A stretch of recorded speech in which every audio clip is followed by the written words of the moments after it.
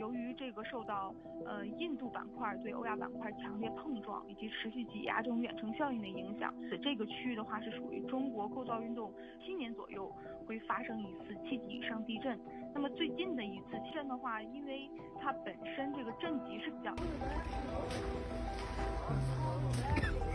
这是一些实用点的。